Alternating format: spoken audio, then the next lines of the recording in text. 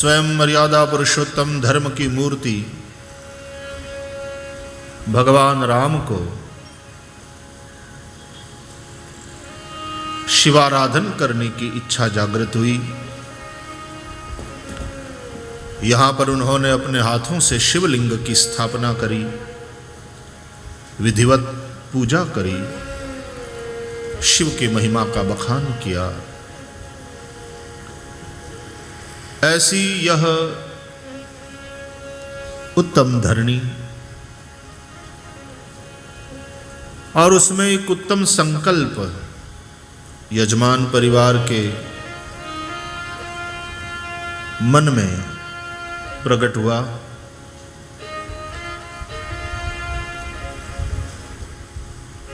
मन धरणी बन गया और उसमें शिव की स्थापना हुई, क्योंकि शिव संकल्प हुआ कि हम रामेश्वर में कथा करेंगे, सब भक्तों को ले जाएंगे, भगवान रामेश्वर का गुणगान, रामेश्वर का पूजन दर्शन और आनंद करेंगे। यह शिव संकल्प जो हुआ मन में, तन्मे मनः शिव संकल्पमस्तु।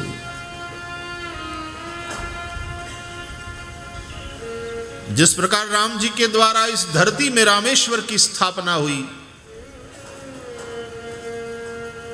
शिव अनुराग के चलते जब किसी भक्त के, किसी वैष्णव के, यजमान के मन में ऐसा शिव संकल्प उठता है कि शिव कथा का आयोजन किया जाए, ये भी मन की धरणी में शिवजी की स्थापना।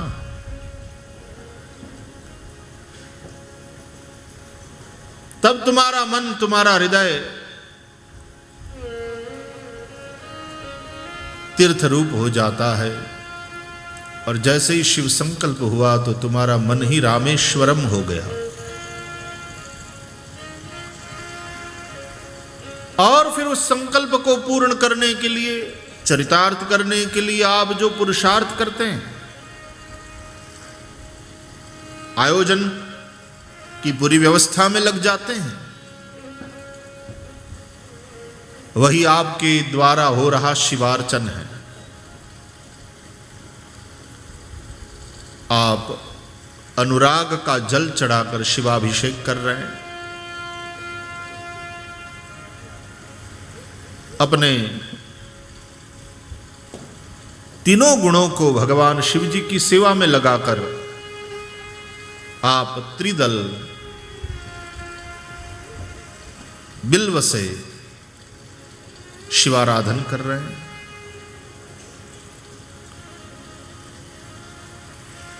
शिव अनुराग के चलते आप जो धन इत्यादि का त्याग कर रहे हैं,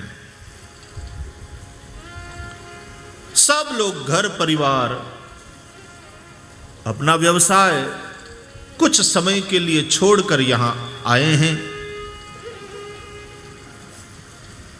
यह छोड़ने की एक जो वैराग्य की वृत्ति है,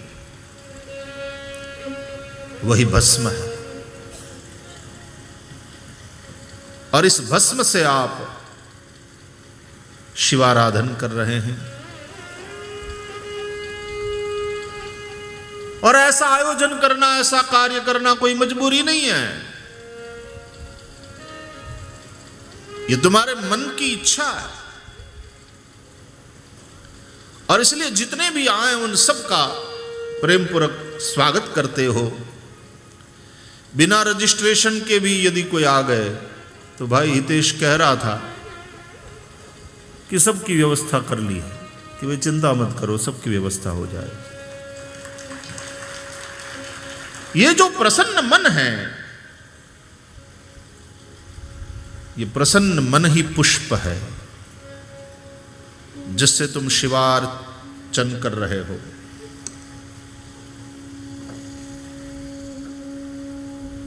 हृदय कमल खुला हुआ है, यही कमल का फूल है।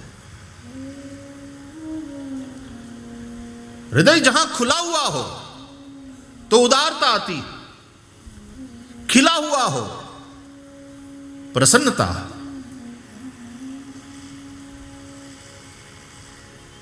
महकता हुआ हो, वो सच्चरित्र है। सच्चरित्र ही सुगंध है। प्रसन्नता ही इस हृदय रूपी पुष्प का खिलना है।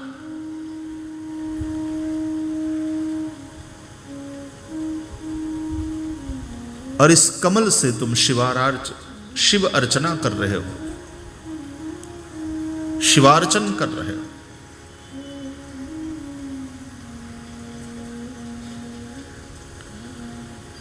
कल हम कुछ चर्चा कर रहे थे वेदिका, उसमें शिवलिंग का स्थापन,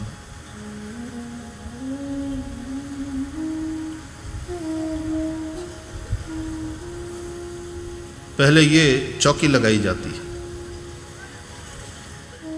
फिर भागवत, रामायण, शिव पुराण जो भी कथा हो उसके अनुसार उस ग्रंथ को लाकर के पधराया जाता है। तो पहले वेदिका तैयार हो गई और वो जो ग्रंथ है वही शिवलिंग है। शिव पुराण है तो वो शिवलिंग है। और ये जो चौकी है पहले से आपने तैयार करके यहां रख दी, यही वेदिका है।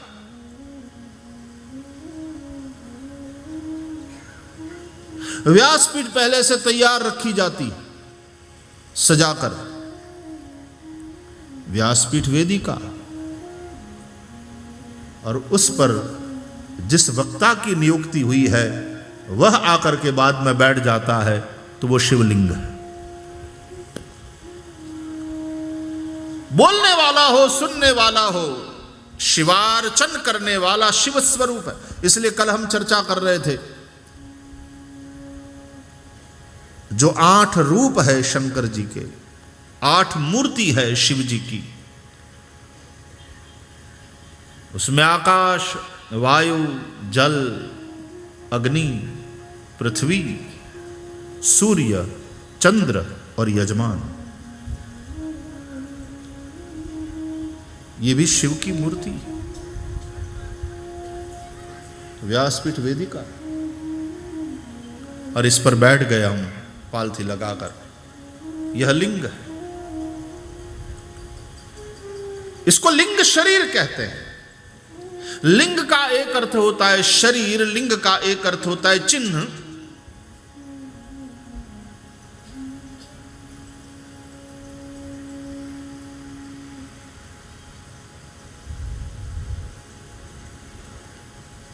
सुखदेव जी जब गंगा के तट पर पधारे, राजा परीक्षित पर अनुग्रह होने जा रहा था,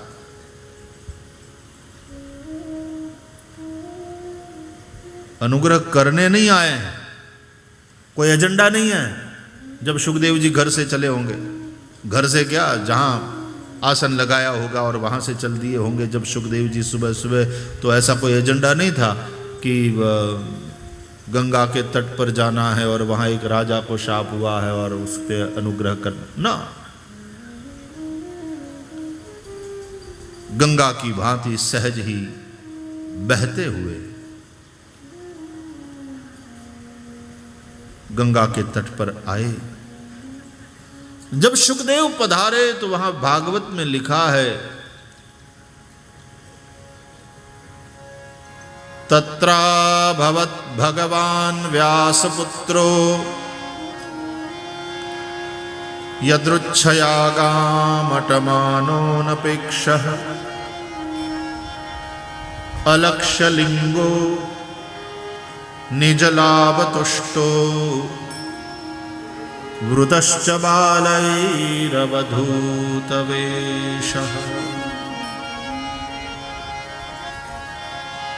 अलक्ष्यलिंगः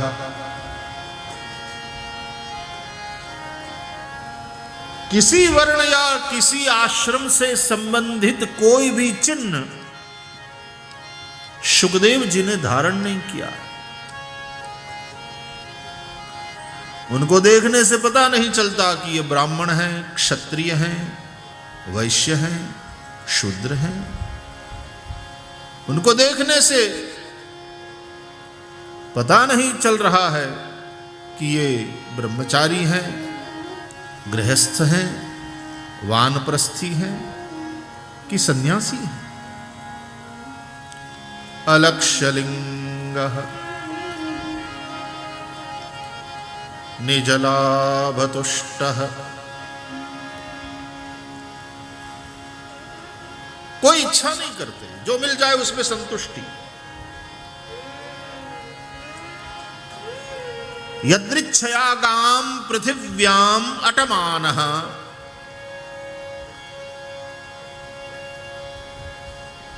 गो का एक अर्थ होता है धरणी, एक अर्थ होता है गाय, एक अर्थ होता है इंद्रियां, एक अर्थ होता है रस। गो शब्द के बहुत अर्थ है।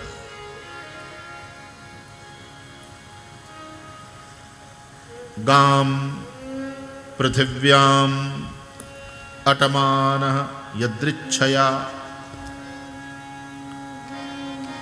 पृथ्वी में यदृच्छा विचरण करते हुए वहां पर सुखदेव जी आए तो कहते हैं अलक्ष्यलिंगः। तो वहां लिंग का अर्थ है चिन्ह। वर्णाश्रम धर्म को प्रकट करने वाला कोई चिन्ह उन्होंने धारण नहीं किया है।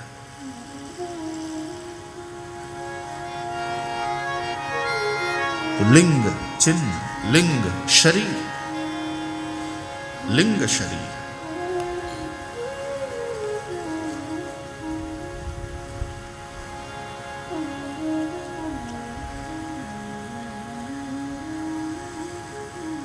शिव पुराण में पार्थिव लिंग की बहुत महिमा है। पारद का लिंग बनाते हैं, धातु से निर्मित लिंग होता है। हम बाणमय, लोहमय कल चर्चा कर रहे थे अलग अलग प्रकार के लिंगों की।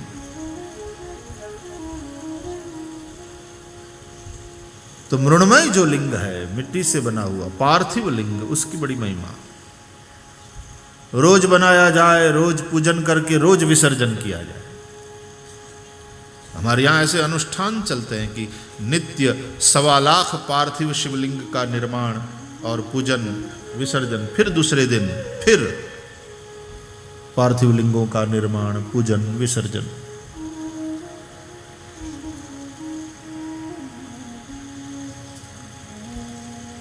जो मृण्मय है उस लिंग में हम चिन्मय की पूजा करते हैं।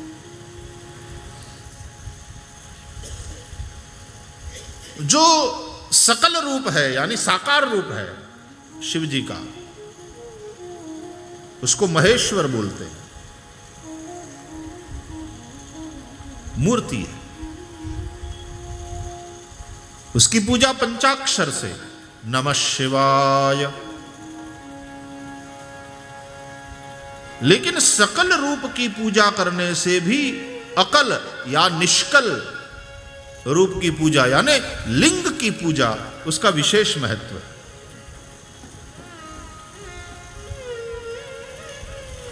लिंग जितना बड़ा उसकी उतनी महिमा, रुद्राक्ष जितना छोटा उसकी उतनी विशेष महिमा।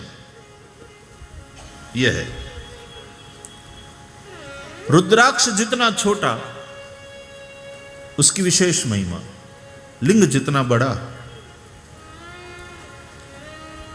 इसलिए लिंग बढ़ता है तो कई कई जगह आप लोगों ने सुना होगा कि यहां शिवलिंग जो है इतना बड़ा, बोले हर साल तिल भार बढ़ता रहता है, तिल तिल जितना बढ़ता है।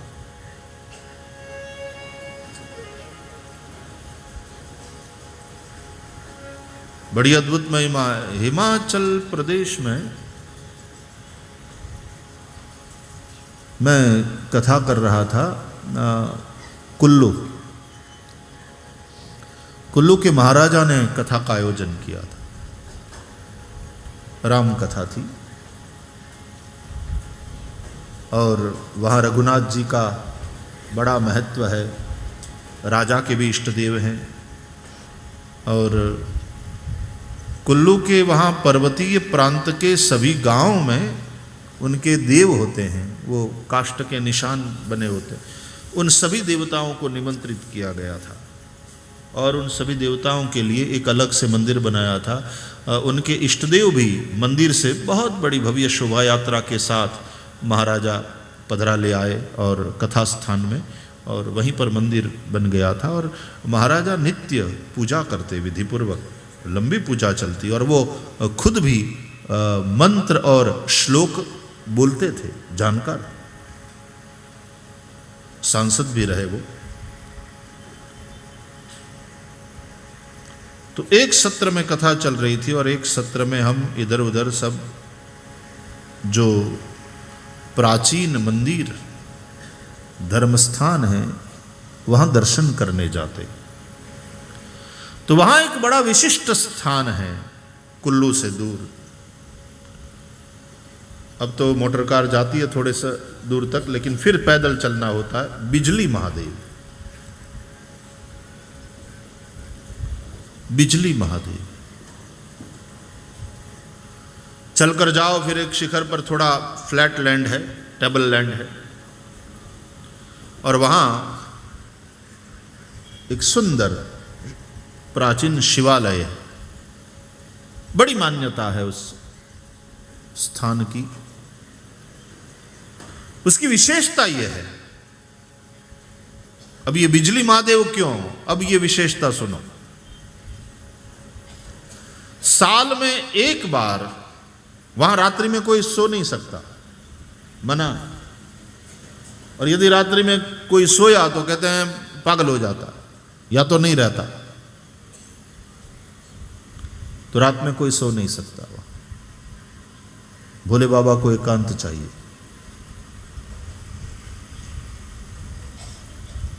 એ કૈલાસ સુધી એટલે આગે જઈને બેઠા તોય આપણે હક નથી લેવા દેતા।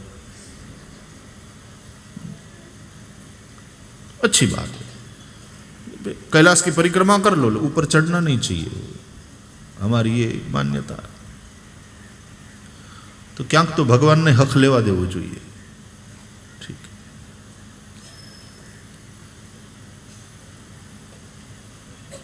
वृंदावन में भी रास लीला का जो स्थान है वहां रात्रि में कोई नहीं रहता।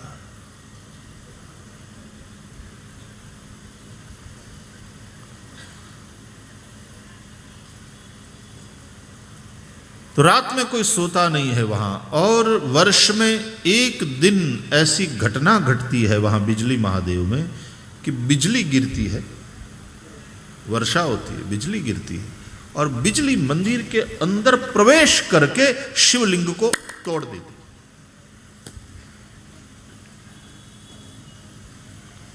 टुकड़े बिखर जाते हैं।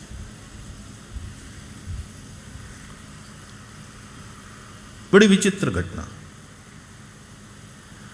सुबह जब पुजारी और भक्त लोग जाते हैं पूजा के लिए और देखते हैं कि वो लगता है आज रात को घटना घटी, फिर शिवलिंग के सारे टुकड़ों को जोड़ा जाता है और माखन लगाया जाता है। माखन लगाकर एक एक टुकड़ों को और जोड़ा जाता है, चिपकाया जाता है। एक भी टुकड़ा रह जाए शिवलिंग पूर्ण नहीं होता। और कहते हैं कि एक टुकड़ा भी कहीं इधर उधर रह गया बाकी, तो कहते हैं टुकड़े से ऊं की रोने की आवाज आती।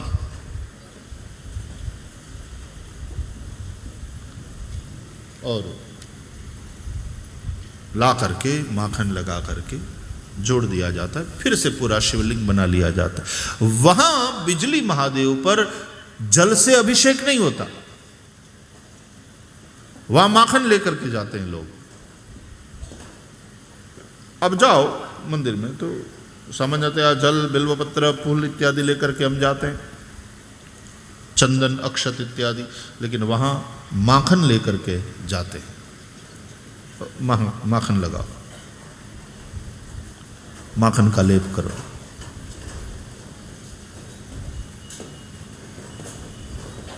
तो बड़ी विचित्र घटना।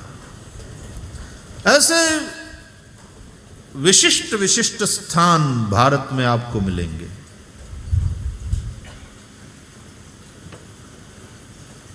अमेरिका में कैलिफोर्निया स्टेट में मुझे ले जाया गया एक पार्क में। तो वहां शिव मंदिर के अवशेष देखे, घड़े हुए पत्थर और बड़े बड़े पत्थर।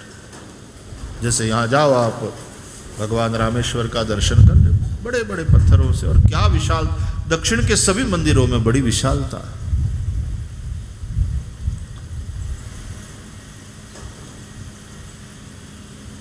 तो शिल्प काम हुए, घड़े हुए पत्थर,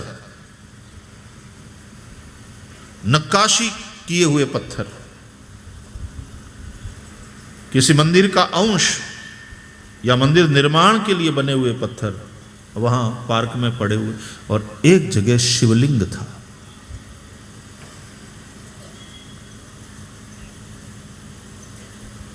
तो जंगल में इस तरह से थोड़ा सा पड़ा हुआ था, तो एक किसी वहां के गोरे को मिल गया और उसने सब धीरे धीरे वो प्रसिद्धि होने लगा। आपड़ा माणसो પછી મૂકે નહીં, દૂધની લોટીઓ લઈ લઈને,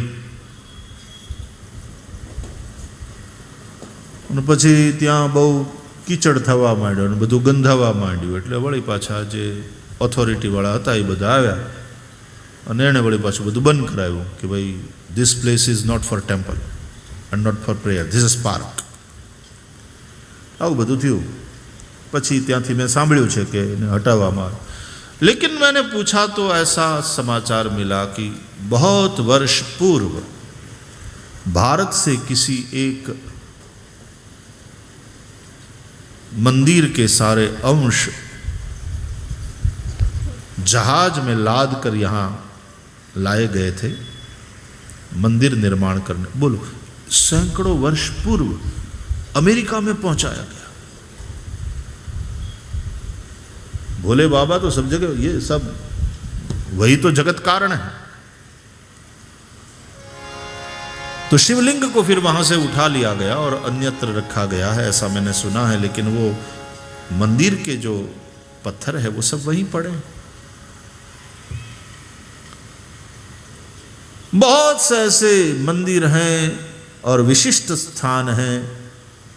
अब ये बिजली महादेव वाला विशिष्ट स्थान, आप कभी जाएं कुल्लू मनाली तो वो आनंद भले ही ले, लेकिन कुल्लू से थोड़े ही दूर है, आप बिजली महादेव का दर्शन करने जाना।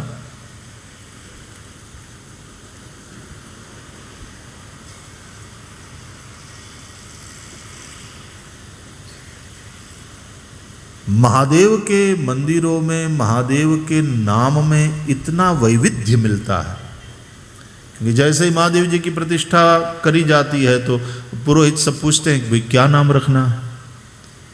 उसी वक्त नामाभिधान किया जाता है। सांदीपनी में विराज रहे भगवान चंद्रमौलीश्वर। पहले हमारे बच्चे जहां पढ़ते थे वो बाबड़ेश्वर महादेव है।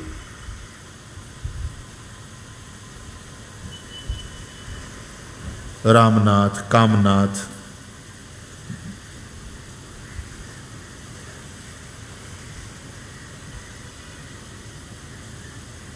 सब अलग अलग अलग नाम।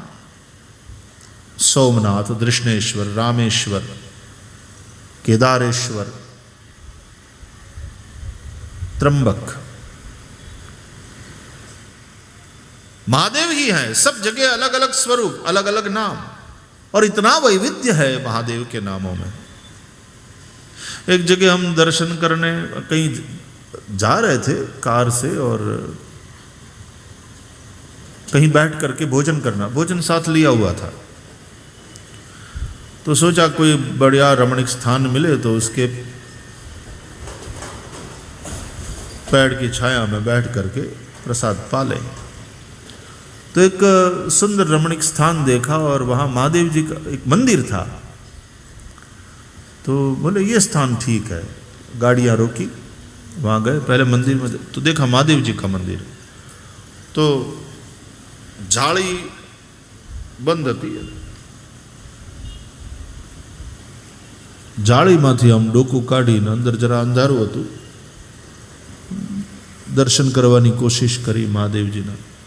અને મેં આમ અંદર દર્શન કરતા પ્રયાસ કરતા દર્શનનો આમ જસ્ટ પૂછ્યું, મેં કીધું આ ક્યાં મહાદેવ છે, આનું નામ શું? તો મારી હારે આવ્યા હતા ને એમાંથી એક જણો પાછળ ઊભો ઊભો આમ હાથ જોડીને કે મને કે લોકેશ્વર લાગે છે. મેં કીધું લોકેશ્વર તને કેમ ખબર, તું તો મારી હારે આવ્યો. મને કે અહીં લોક માર્યું છે, તાળું છે ભાઈ શ્રી, એટલે લોકેશ્વર. મેં કીધું એ વાત સાચી. મને કે જો ને પૂજારી ક્યાંક વયા ગયા, આ જાળી બંધ કરી અહીં લોક મારી वही गया, એટલે लोकेश्वर लागे, ये भी ठीक है. लोकनाथ है, लोकेश्वर है. तो इतना नामों का वैविध्य मिलता है महादेव जी के विषय में. तो वहां बिजली महादेव है, जलाभिषेक नहीं होता, वहां माखन से अर्चना होती है, माखन लगा.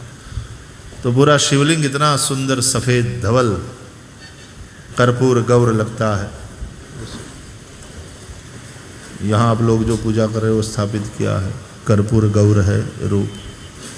कर्पूर गौरम करुणावतारम संसार सारम भुजगेंद्रहारम. कहने का तात्पर्य है कि सकल रूप जो है यानी साकार रूप जो है वो महेश्वर है, और जो निष्कल रूप है शिवलिंग उसको शिव कहते हैं. तो शिव शब्द जो है वो ब्रह्म के अर्थ में है.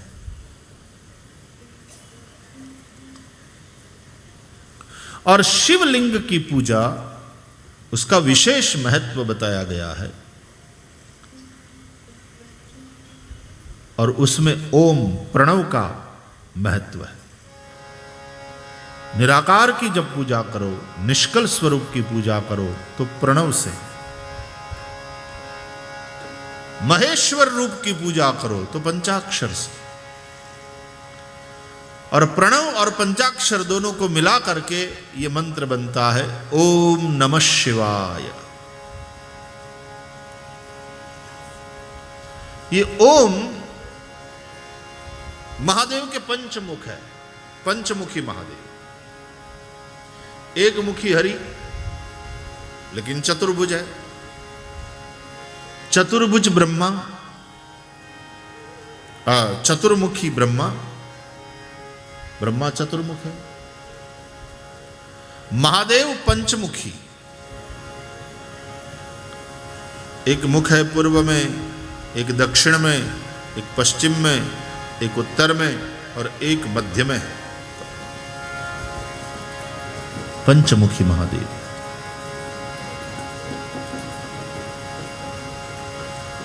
उत्तर वाले मुख से अकार प्रकट हुआ, पश्चिम वाले मुख से उकार प्रकट हुआ, दक्षिण वाले मुख से मकार प्रकट हुआ अ उ म, और पूर्व वाले मुख से बिंदु अर्धमात्रा जो होती है ओंकार के ऊपर वो प्रकट हुआ, और मध्य वाले मुख से नाद प्रकट हुआ. और इसलिए इस शिवलिंग के जो 5 मुख के भाव है उसी से ये प्रणव का प्रागट्य, इस प्रणव का प्रागट्य. ओ